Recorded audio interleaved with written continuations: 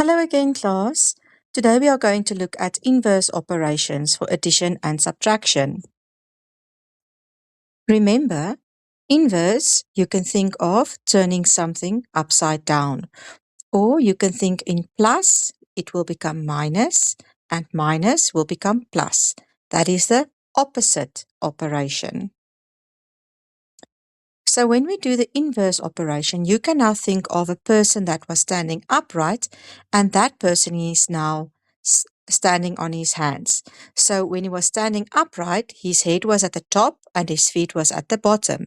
When he's standing on his hands, his feet is at the top and his head is at the bottom. How does inverse operation look for addition? Well, with the addition, you can just do your normal add sum. And then you can think of this is your man standing upright. The head will be the blue number, the body is the red number, and the feet is now the green number. When we do the inverse operation of plus, then this now becomes minus. So you can now think of your man turning upside down and standing on his hands. His feet is now in the air, that will be the green number.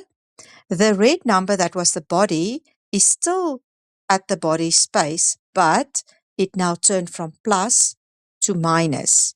And then you do your calculation, and then your answer that is at the bottom, the blue number that is now at the bottom of the man's head, will also be the same number as when the man was standing upright, the number by his head. With subtraction, it is exactly the same. You do your normal subtraction calculation as you will normally do. Again, the start number you use as the head, the middle number or the second number you use as the body, and the bottom number or your answer you use as the feet.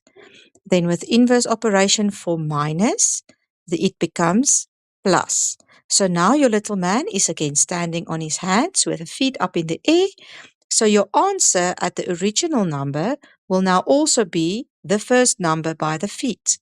Your minus will become plus, and then when you do the calculation, your answer at the end of the addition will be the same as the start number by the subtraction.